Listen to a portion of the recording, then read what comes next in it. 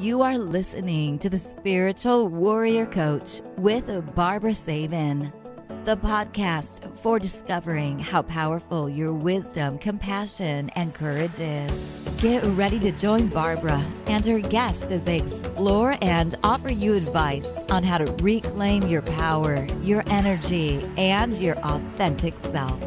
And now, here's the host of the show, Barbara Savin.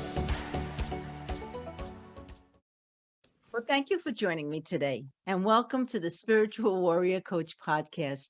I am your host, Barbara Savin, and I am here to help you reclaim your power, your energy, and your authentic self.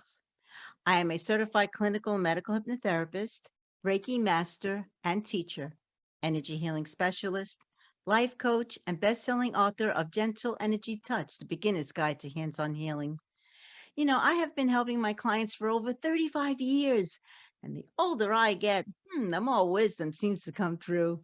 So, isn't it time that you believe in yourself?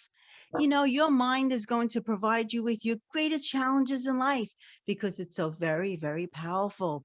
So, let's use that mind for positive thinking, creating harmony, balance, peace, love, happiness, and anything else that your heart desires, because one day the world will tap you on your shoulder and say, "This is your time to shine."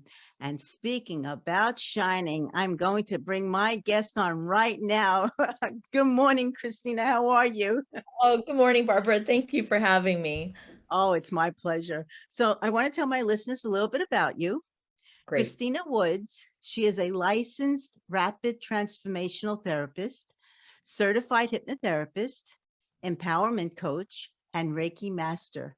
She combines her background in corporate leadership along with her life experiences in dealing with trauma and abandonment to empower other women to trust their intuition and set themselves free of self-doubt.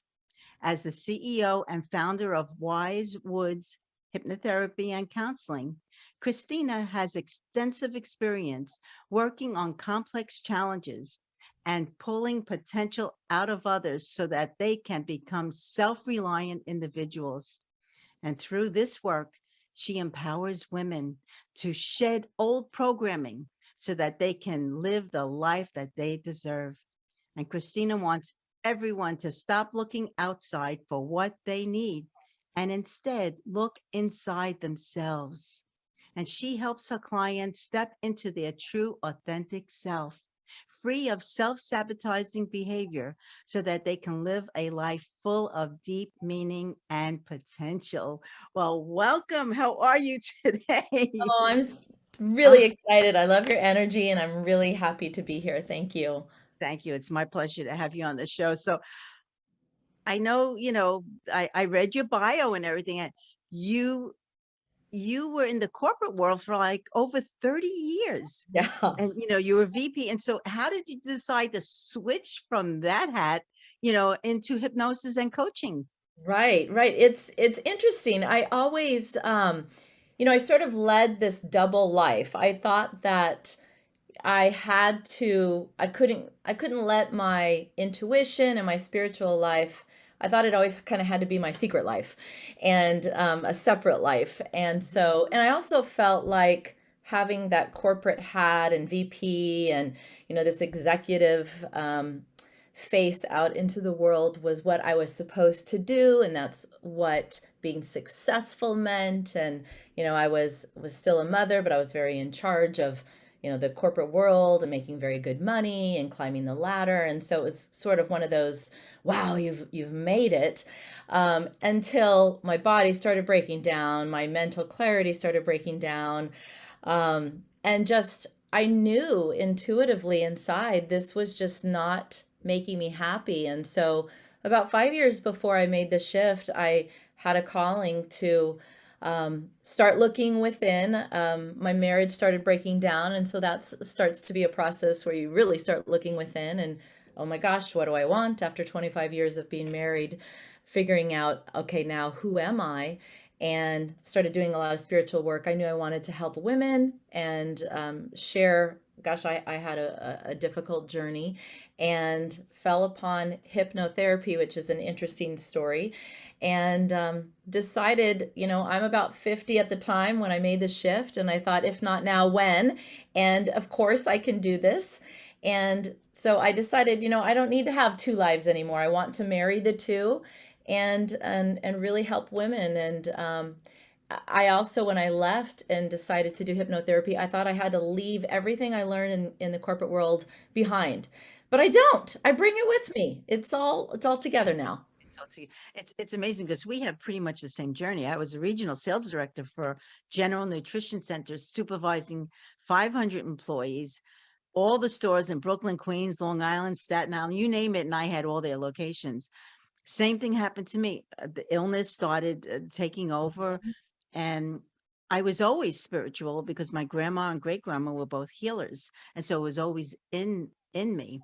And one day after like 15, 20 years, decided I had enough Yeah. and decided to walk away from, like you, a very good paying job when a lot of my friends thought I had a nervous breakdown Oh yeah. but for the first time in my life, I found me. So Yes. it's amazing how we find ourselves in the right timing, and we finally step into our authentic selves. Absolutely. And oh yeah, I had a lot of people, wanting to take my temperature, making sure I was okay. I know. And Uh, it was a scary journey to take yes. take that leap, but Mhm.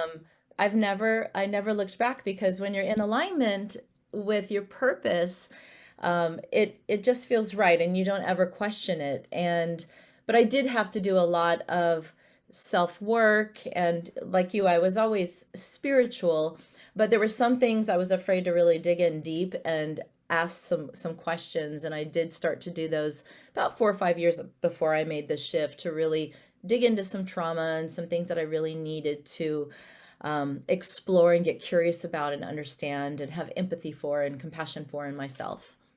Then you're able to let go of what didn't serve purpose no longer. Yeah, And yeah, we hold on to that whole old behaviors and old patterns that just weigh us down instead of us having that ability to say, I'm not going to, go there anymore. It's now a new beginning for me, a new me, and walk away from that. But a lot of people are afraid. sure. And I Mhm. think, like many of us, the programs that we have, so much of that is shame or I'm not enough or something that really isn't even what it's based on isn't even true. It's a program or maybe even energy that we've collected or gathered from other people or ancestors or situations because we're just looking at it from the perspective of a child, and we haven't really been awakened to realize, gosh, I felt that way because that happened to me when I was 5 or I was 10 and I didn't understand. And now when I can look at it from a different perspective and understand, the program, or really that was my mother's pain I was feeling, um, it's so much easier to let go. But it does take some Mm. digging, and hypnotherapy is one way to do that, and other spiritual work is another way to do it. But boy, it just changes everything when you understand something differently. You can't understand, it's just there. It's funny, I was introduced to hypnosis, I'd say maybe about 40 years ago. Someone Oh. actually helped me with crippling arthritis. And that's how I started getting into hypnosis, even though prior to that, I've always been an energy healer. But the hypnosis actually helped me reprogram my mind and Interesting. say, I don't need to listen to the doctor telling me, well, you're going to be crippled just like your mom, Yes. and planting that little seed that's going to really sprout. And yes, I would have been crippled just like my mom.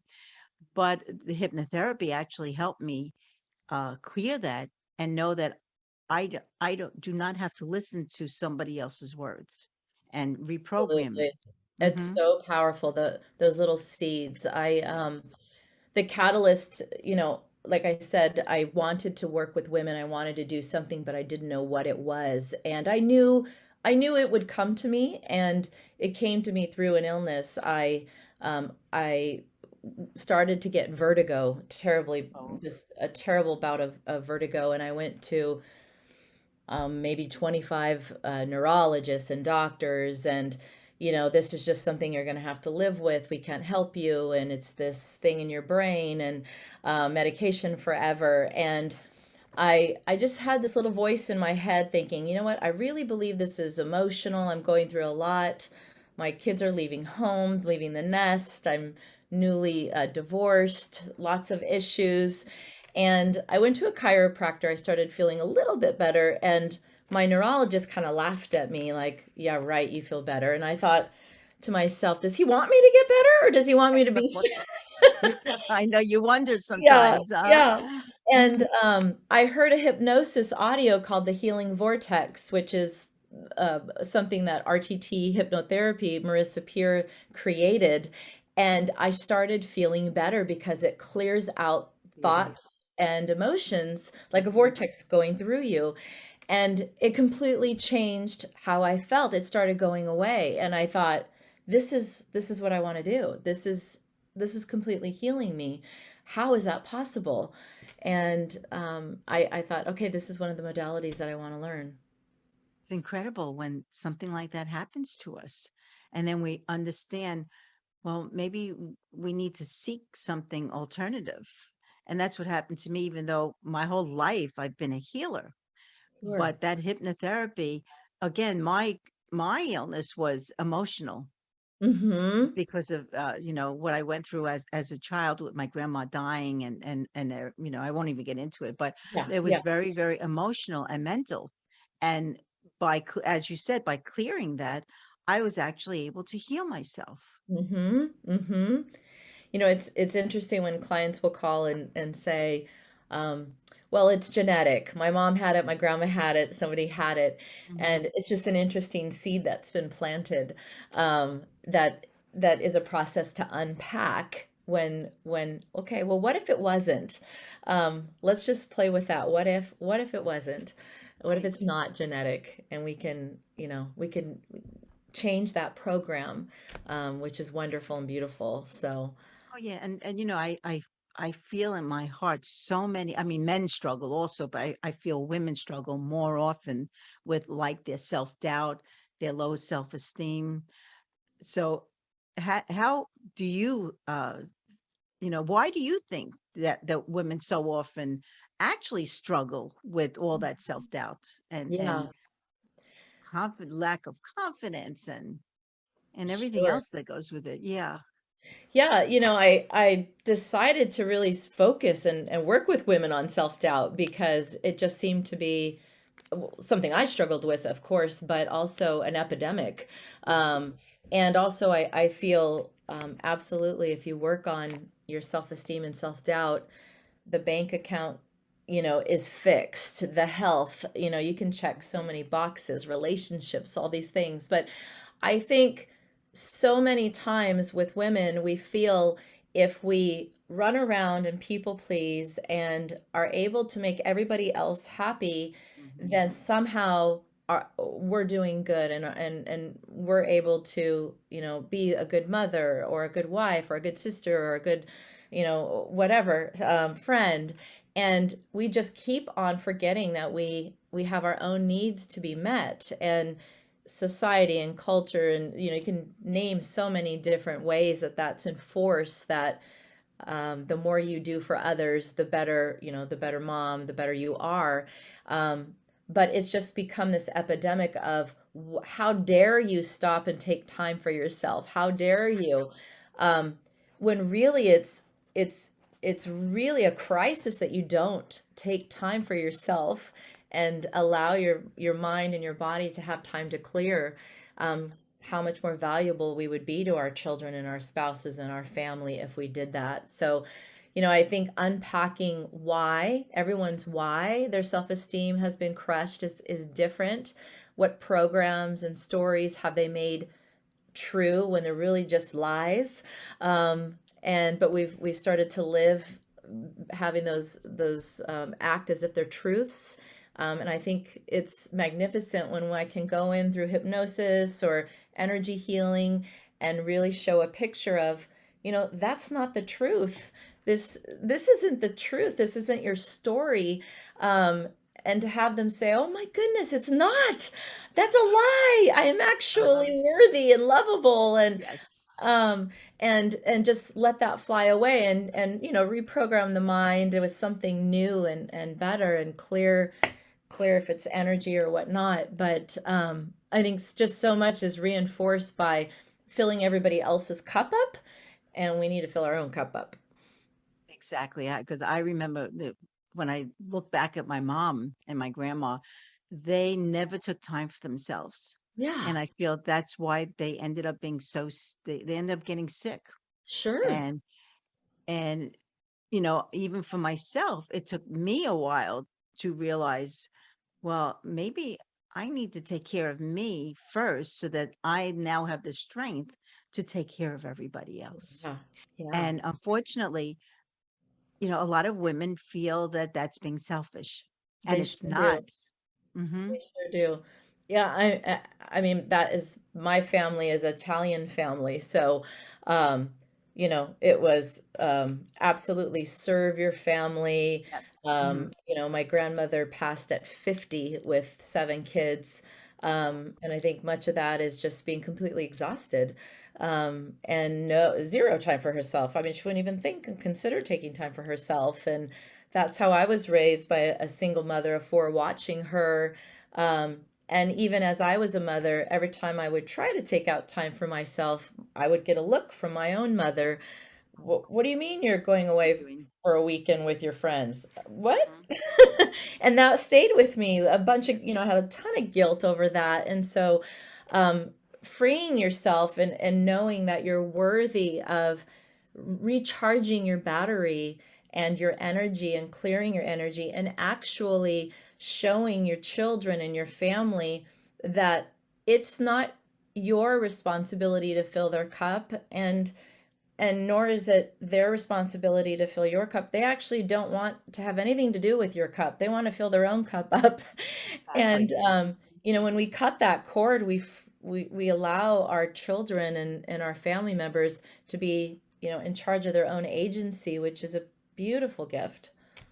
You feel that by just explaining that to women that feel the opposite, that we actually empower them. We do, and I think they need to hear permission, one, Mhm. and then, of course, these programs in our subconscious are, as you know, so powerful, and they're running the show. So, going in and sharing and finding out what those programs are, and with energy healing and other things, but finding out what are those programs, because when they can see them through the lens in in hypnosis, it's just nice and clear. And it's very simple. That's what I love about hypnosis is there's not smokes and mirrors and medication, and it's not this long out thing. It's just simple, despite what many people think, right? And it's a simple process of saying, what is the root cause of you feeling not enough?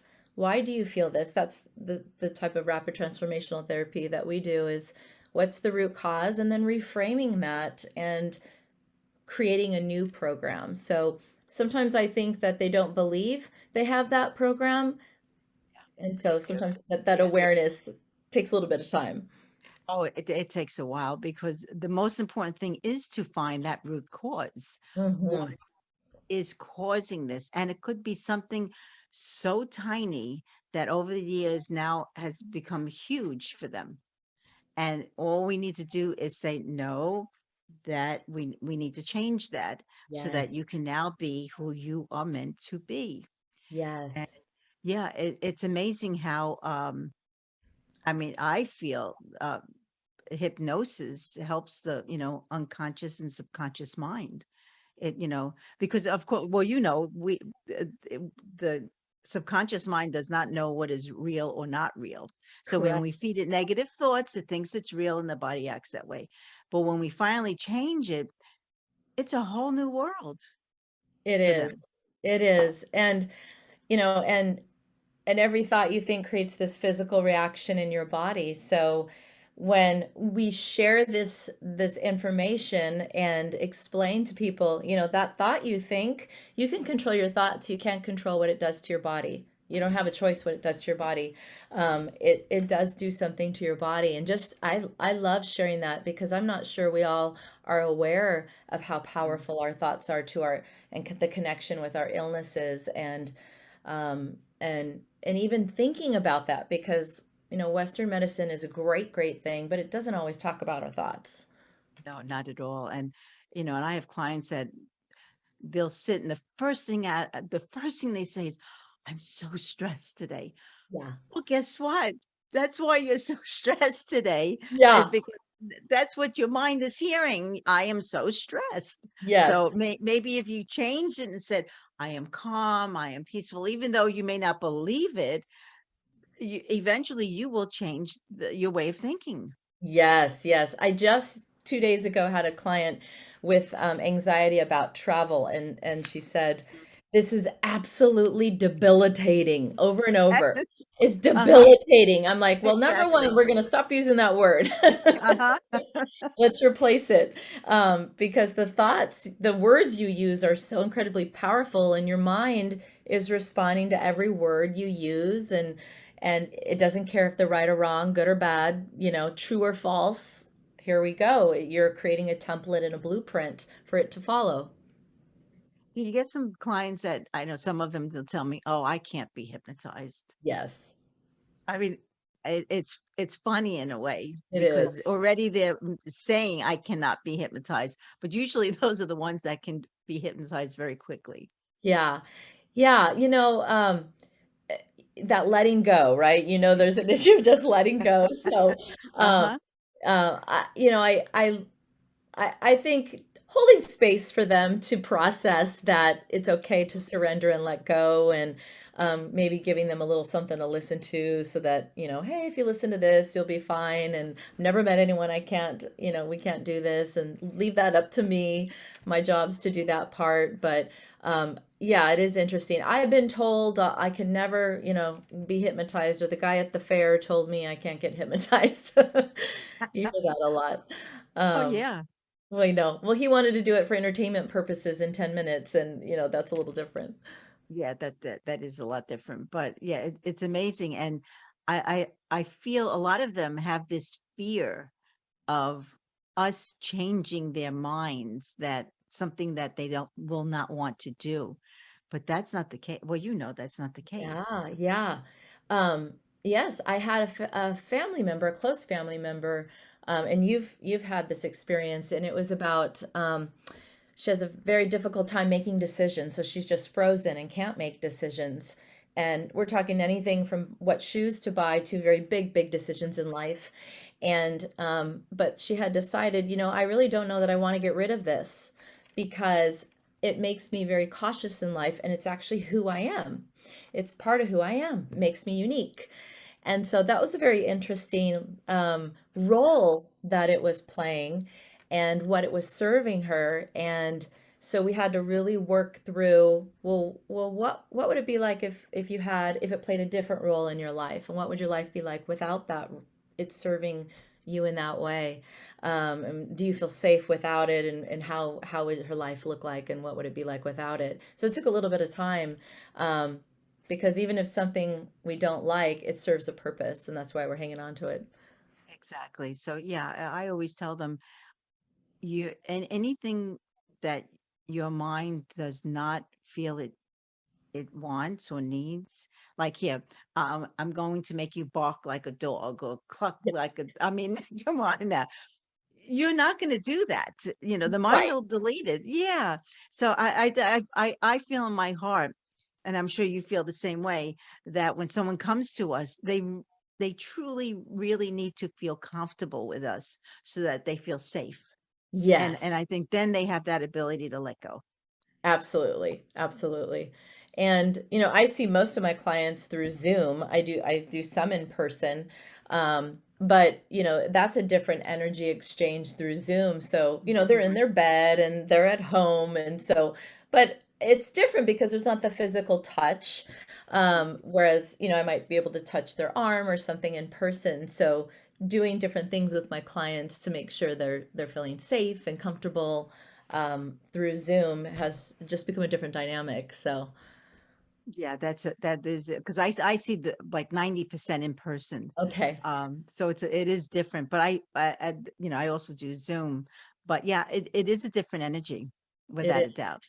It is. So Everyone's getting a little bit more accustomed to Zoom these days, though, aren't they? With the you know, I mean, it's Zoom is great, but it's nice to have that touchy feely type It of is. It thing, is. but so how did hypnosis actually help you get out of your corporate world? Oh Because I know boy. you mentioned that. So yeah, I was just curious. Yeah, yeah. Boy, I could pick a million, but so, the physically with vertigo and some health issues, I've definitely used hypnosis, and you start to build a network where you'll call your friends and say, "Okay, I need a session for this." But um feeling I had some programs around money for one that helped me leave the corporate world. So I had the program that you had to work really, really hard, and life had to be this 12-hour a day grind and really tough, and an environment of dog eat dog, watch your back. And that's how you earned money. And, you might get fired tomorrow. The company might get shut down, and sales culture as well. Um, and if it wasn't like that, uh-oh, I didn't know, like, was I going to make money? How was I going to do that? So I had to really deprogram that work could be fun, work could be joyful, work could be in alignment with my soul's purpose. That was completely different for me. So yeah, hypnosis helped me with that quite a bit. Yeah, that's what happened for me also. I had to say, all right, I was in the corporate world for, so many years. How can I make money doing, energy healing and hypnosis? And actually, I've used hypnosis to help me with the money aspect of it, knowing that the abundance is everywhere. All we need to do is tap into it, Yeah. Yeah. and it's there for us. Also showing up, you know, uh, being just showing up on social media, showing up to my friends and family as, hypnotherapy. Like I said, when I left the career, people were scratching their head thinking I had gone a little crazy, and telling them now I'm a Reiki master, and, and Uh-huh. my soulful friends and family, of course, were cheering me on, and the rest of the family is like, "What is that?" And there were wounds that were took some time to heal, so that I stepped into being a healer, whatever that means for anyone else, but for me, standing in my power as a healer and what that meant. So feeling good enough, and being okay, being visible. So a lot of visibility programs that I had to eliminate, and I did that through hypnosis. Being good enough, it's okay to be seen.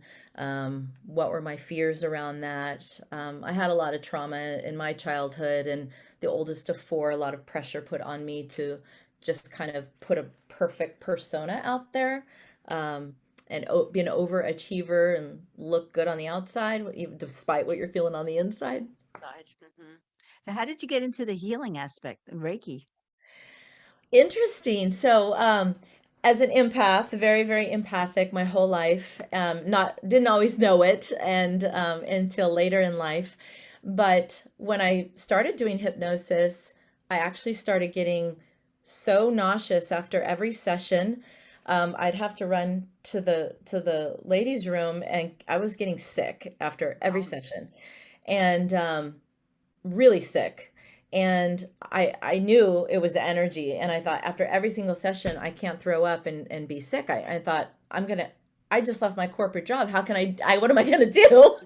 right. And Uh-huh. so I've worked with enough healers, and they're like, you really need to learn how to protect your Protect energy your and not energy. absorb all this trauma and things that you're working with. So someone suggested Reiki, and I'd been seeing, getting Reiki done, but hadn't really trained in it. And so that's why I became a Reiki master, to help me protect and be around. So, hearing trauma and sad stories, and Oh, their yeah. energy, but protect my energy so that I could still be compassionate and empathic, but not soak it all up like I was doing. Yeah, we become sponges sometimes, Yes. and then we Yes. we do not know why we feel so ill. It's Yes. because we pick up other people's energies, their emotions, their feelings, everything. Because especially when you're an empath. Yeah, yeah. So it was necessity. I took it right away, and now I have a spiritual process before in the morning, of course every morning, but before every client, and after every client to remove myself and their energy and clear it. And when Mhm. I don't do it, if I start to feel a little nauseous, I'm like, uh-oh, I skipped a step. I didn't protect Yes. myself. So Exactly. Yeah, because even like when I see clients, if I do not protect my energy, I feel their illness. I feel everything. And it's we that's their journey, not ours. Exactly. That was Mhm, a big lesson. I mean, you've been doing mhm, this a lot longer than I have, but mhm. I would get emotional. I would start to, even with Reiki, would get emotional, or why am I about to cry, or I could feel what happened. And I thought, well, okay, how do I don't want to lose that sensitivity, but Right. I can't absorb it. I'm not helping them. So No, it's a dance. it is. So how do you stay grounded, and healthy while you work with clients and of course dealing with their ups and downs, Yeah, of life? yeah. Hmm. Yeah, I have to be pretty, I've learned to be pretty strict about a morning routine.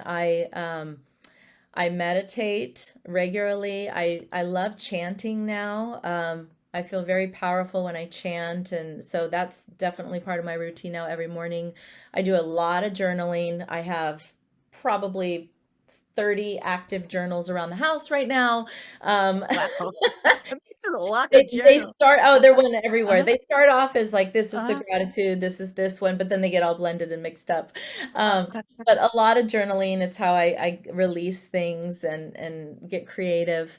And of course, move my energy. But I do, before every session, I'll do grounding, put my feet in the earth or outside. California, the weather is always the same, so we don't have to Yes. worry too much about, Mhm. snow, rain, or anything. So I'll do grounding and ask for protection, and only that is of the highest and best interest. And anything that's of a low vibration isn't welcome. But I think the journaling, meditation, getting quiet, and allowing myself to go within and ask myself. I put my hand on my heart every morning before I get out of bed, and I do ask my inner child what she needs today. And I ask, what are some 3 words? Because I found when I ignore her, old um, pain comes up and she feels ignored. And so I've learned to honor her. And I used to think, oh, that sounds silly, inner child stuff. It's not, it's very real. And the more compassion I have for her and see her every day and tell her, you go be a kid and you do those things. I'm the adult. You don't have to do this stuff. I feel more capable and able. So we do the same thing, actually. Do we? Do Mhm. we? Yes, I Love do to the hear what same you thing. do. But I don't have the journals everywhere. I Yeah, that's a little weird. well, I do journal, but it's on on my computer. I should be just writing. I find when I physically write, um, for some reason there's more power in my writing, in my Yes. handwriting. Hmm. Yes. Yeah. Yeah, The but energy and just channel writing sometimes, just let mhm, it come out. let it come out.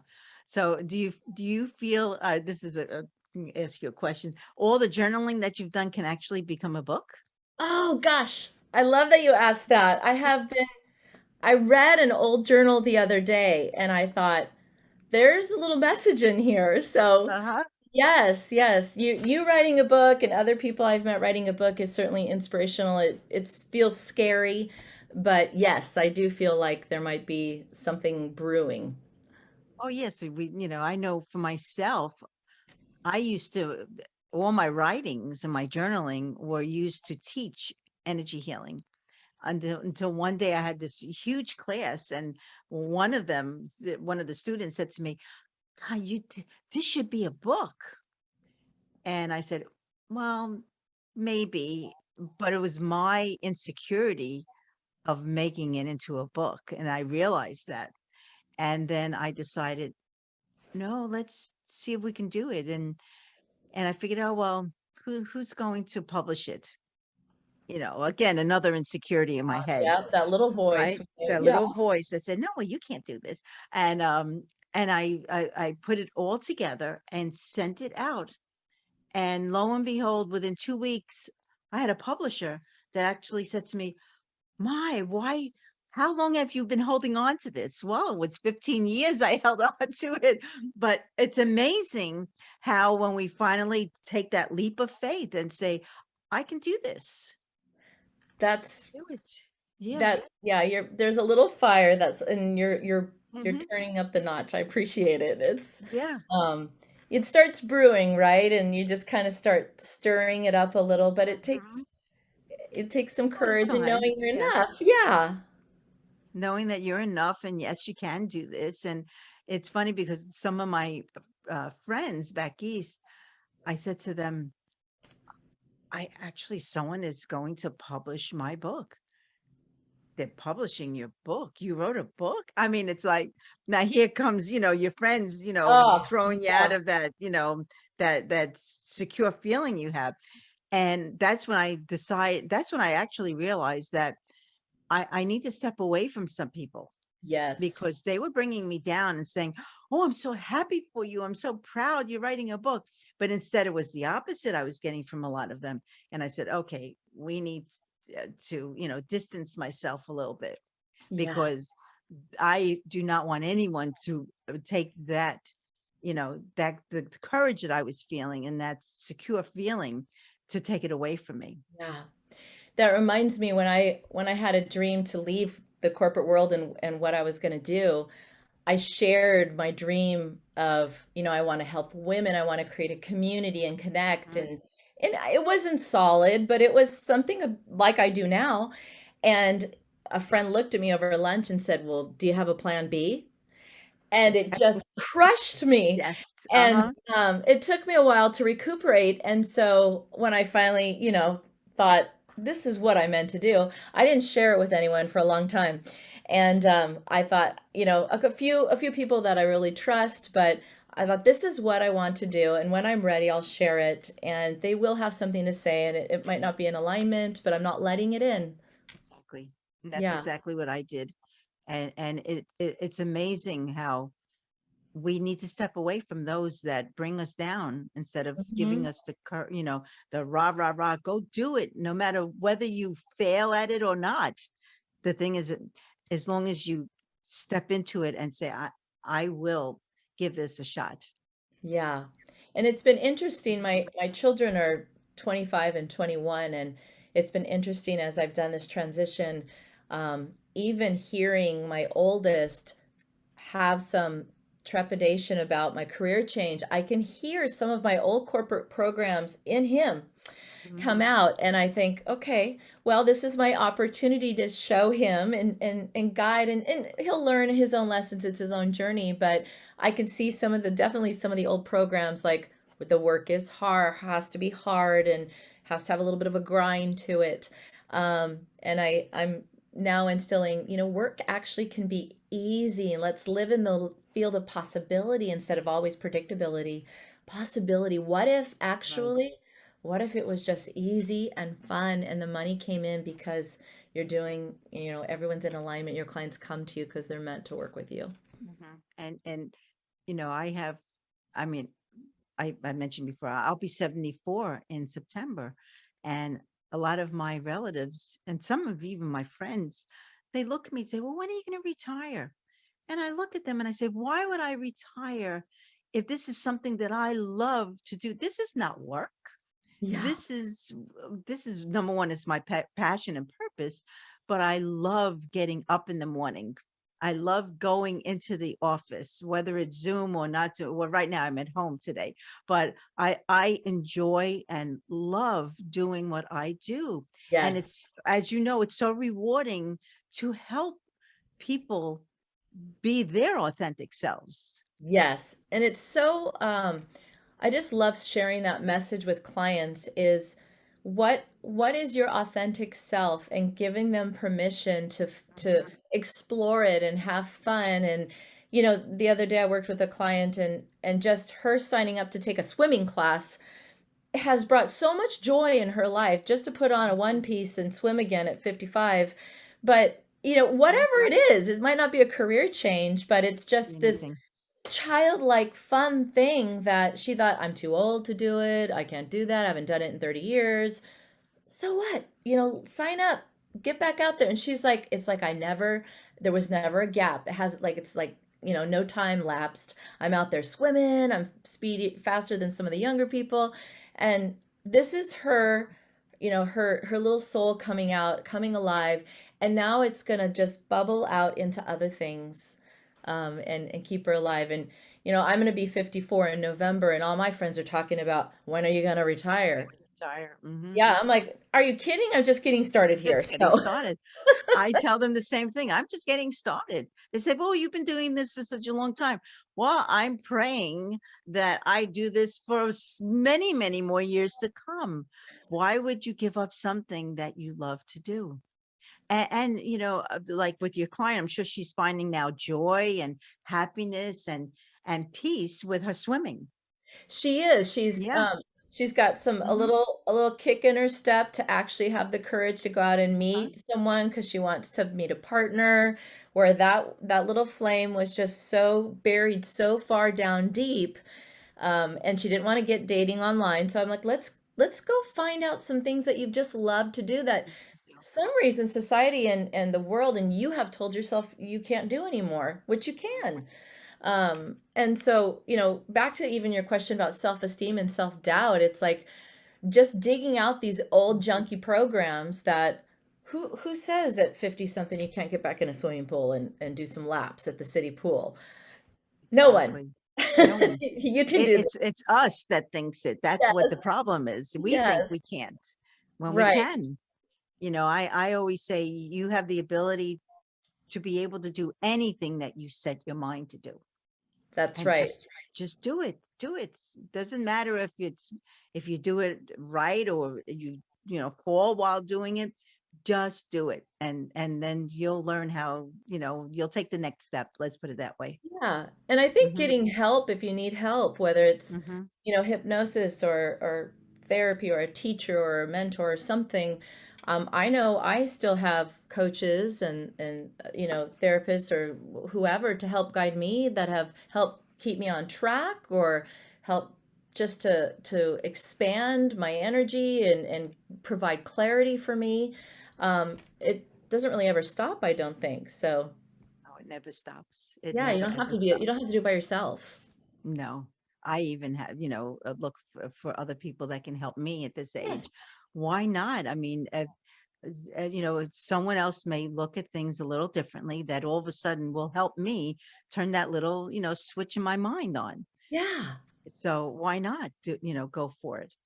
that's right. I listened to one of your episodes that I think, maybe someone who taught you about podcasts and a coach you had, and Mhm. yeah, though there's always something to learn, and it just creates that enthusiasm and builds your confidence, and can get you excited. And I think it can be scary to go find someone, but Mhm. again, if you have that self-esteem, or you're feeling good enough, it gives you the inertia to move forward and reach out for help. And reach out. And Yeah. that's what I did with the podcast. I've been wanting to do this for 3 years. And I'm the one that stopped me from Right. doing it because I was afraid to get on film. I was afraid, well, maybe I'm a little too Brooklyn. The Brooklyn's going to come out or whatever it may have been. I love it though. And I realized, Barbara, it's fine. It's okay. Be your authentic self and Yes. just go for it. And that's what I've been doing my whole life. Yeah, I know. Being living in the beach area, I always tell people, I'm like, when I'm sitting there with my girlfriends, we just love when we see someone that's just being their authentic self, walking down on the beach. They don't have to have a great body. They're just loving who they are, having fun. It's the one that looks trying to look perfect, Yes. sucking it in, doesn't look very happy, trying to be perfect. They look miserable. That's not what we're striving for. Be No. yourself, wear whatever you want, running down the beach. That's happiness. That's like joy.